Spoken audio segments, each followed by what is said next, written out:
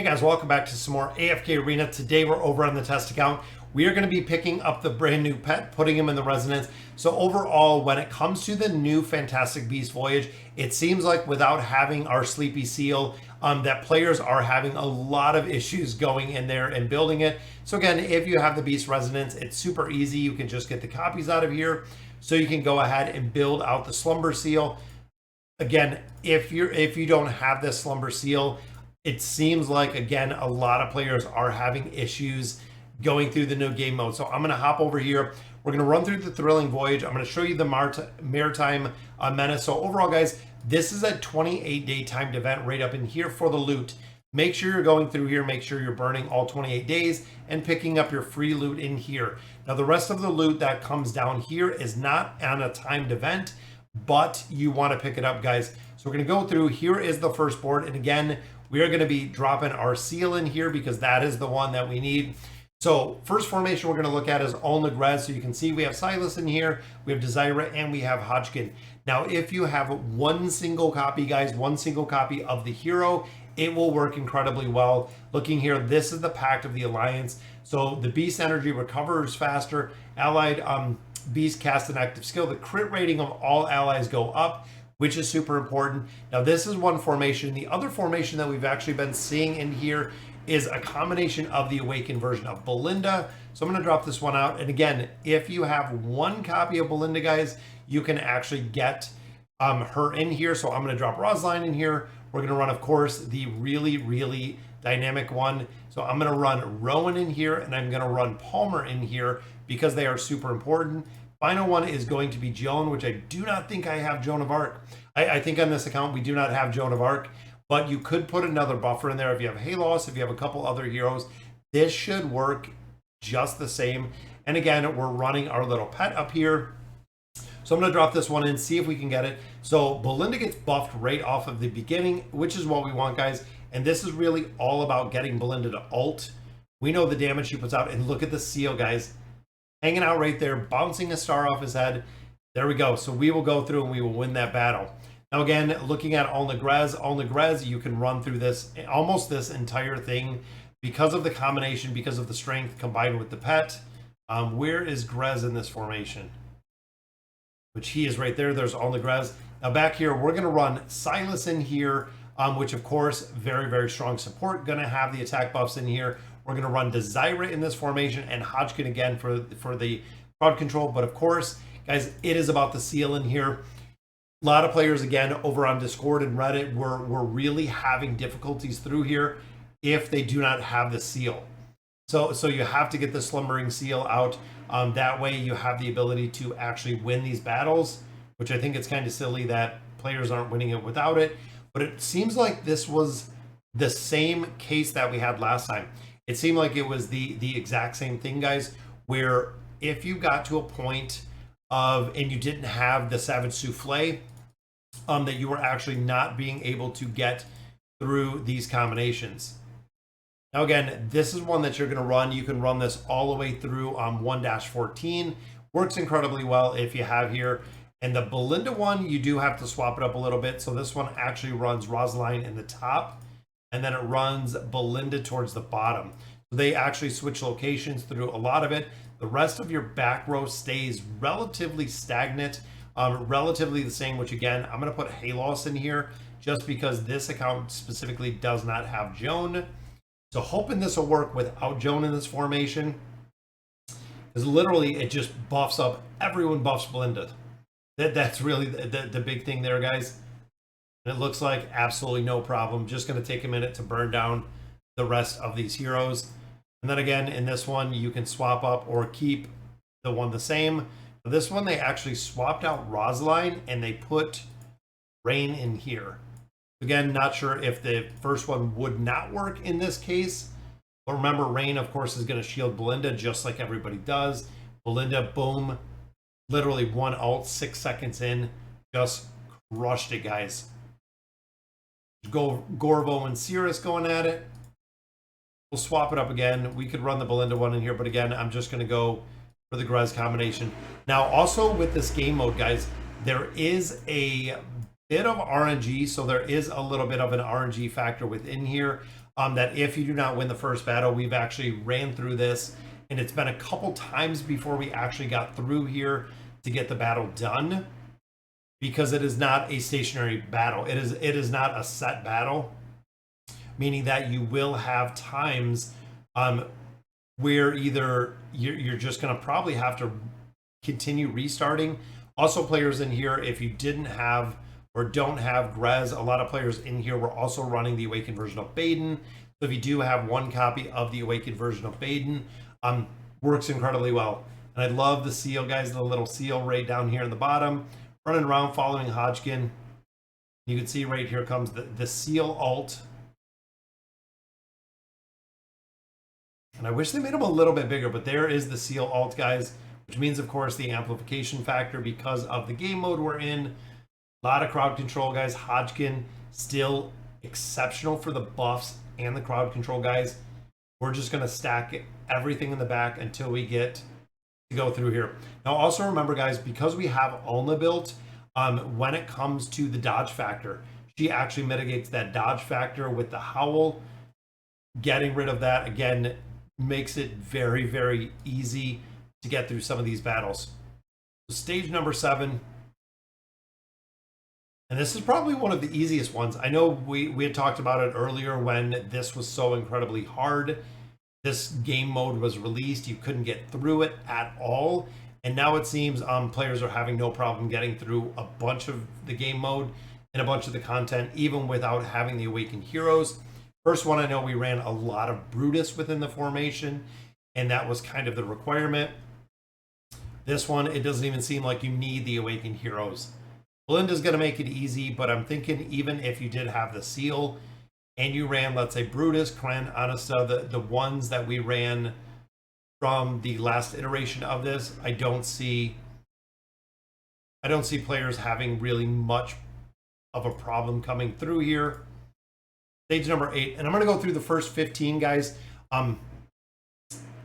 to go through here. Again, this is one, a lot of players ran this 16 through 23, so they actually ran it through pretty much the rest of this event with this exact same one. And this was over from I think Lord Scar. If I look, Lord Scar, I got a couple different guides up here, again utilizing Reddit, utilizing Discord, a couple different places, being able to run through here. The only stage that was the challenge was 1-15. The final stage on here, and looking at Roxas comps, running the Awakened version of Belinda, and also running Wotus, so running Brutus in the very last stage. It looks like 25 was running Brutus. But remember, with the 33 stars that are in the second part of this event, you don't have to finish every board with 3. So you do not have to get 3 stars on every single board, which makes it a lot easier because it's a lot less farming. And even if you don't get them the first time, guys, this mode does reset, which means you're going to have an ability or an opportunity to actually come through here and do this mode again. And the first 15 are what we're looking to get through. Stage number 10, again, looking, and I'm also thinking that if your earlier game, so if your earlier game within this game mode, guys, because they provide you the fully buffed or their fully built heroes, even if you pulled one copy, let's say through the desired heroes, getting one copy of Grez, Silas, Desire, and Hodgkin, looking at the Graveborns, not super difficult to do to go through this game mode. And I know this game mode does come out a little bit further into AFK Arena, but it still works incredibly, incredibly well with these formations. And again, same with the Belinda formation. We're also seeing Ulna run with Belinda in a few of these formations to get this done, because of course Ulna is going to provide Belinda, the Awakened version of Belinda, the immunity, which again makes it easy to get through a lot of these game modes, because it's kind of the cheat death that we see built within that hero. And there, guys, we lost Silas. I'm not sure what the buff was on this one, but I think at these points you just have to finish the stage. At this point, it is just win the battle, guys. So here is number 12. I think 15, we're going to swap back to the other ones that we we're kind of looking at. That way we can see exactly what formations we have in here. See this one not looking too good here. But All-Grezul is strong, guys. When you start getting all of those minions up, when you start taking down some of the minions here, and Hodgkin's still providing some strong buffs in there. Solus goes down right there. Boom. Throws up the big ult. I love the way that Hodgkin works, guys. He is such an amazing, amazing hero.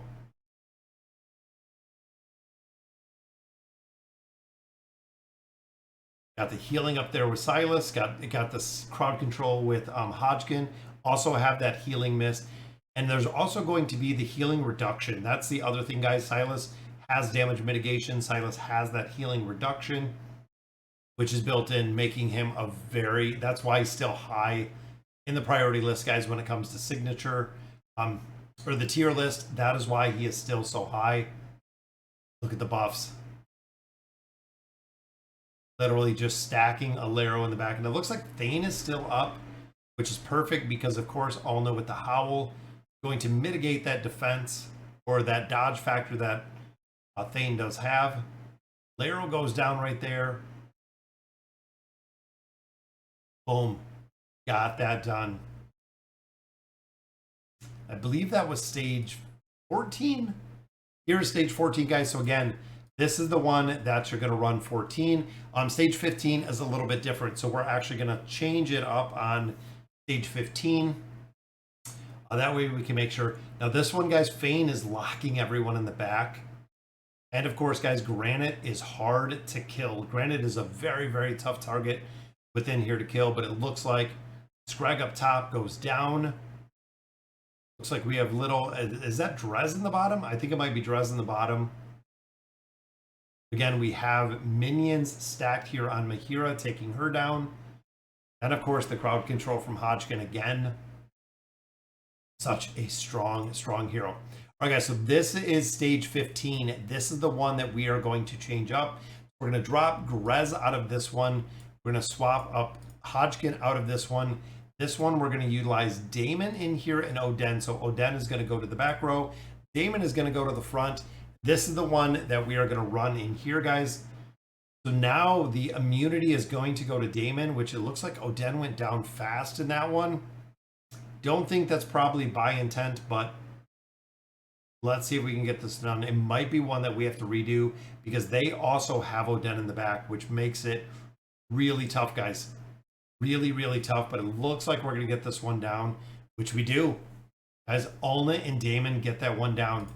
Now, again, the rest of these stages going through 16, you can go back to the standard formation that we are literally running. Having those two, the awakened version of Baden would probably work in here as well.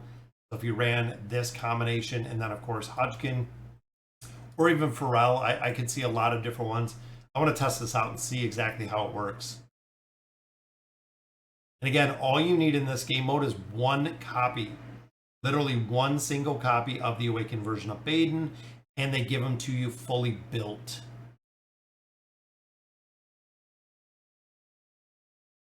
A lot of immunity, guys. Here comes the crowd control.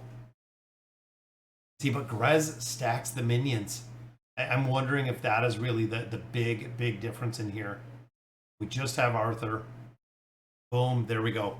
I figured it would work just the same, but I don't know. I think this has different buffs, but 3 stars. Beast damage accounts for more than 30% of your total damage. Look at that.